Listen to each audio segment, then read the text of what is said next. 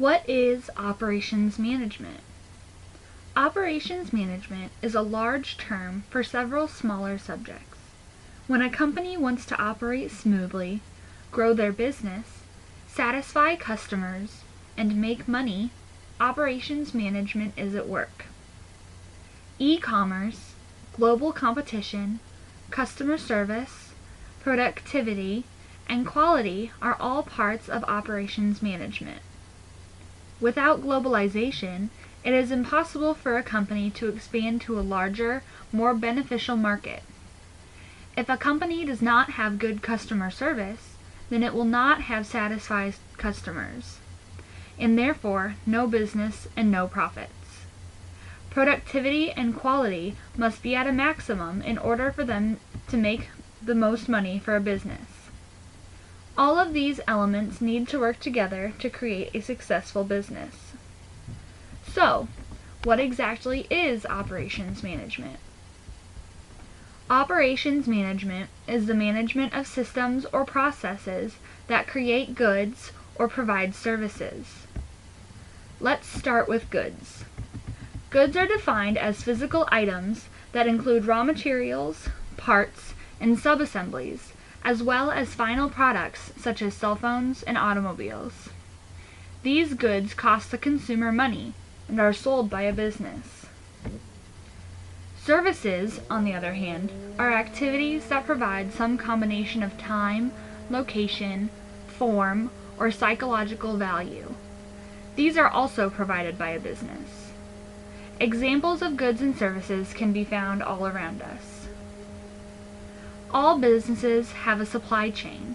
A supply chain is a process that is put in place by a company in order to gather materials, produce, and distribute their product.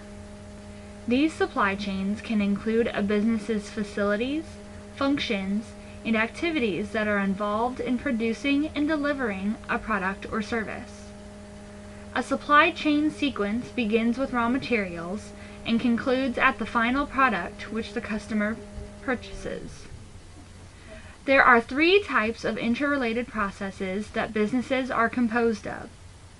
These processes include upper management processes, operational processes, and supporting processes. Each of these is different and corresponds to different levels of a company, similar to their titles. All businesses, no matter what size, use these basic processes to produce and provide the products and services that we, as consumers, desire.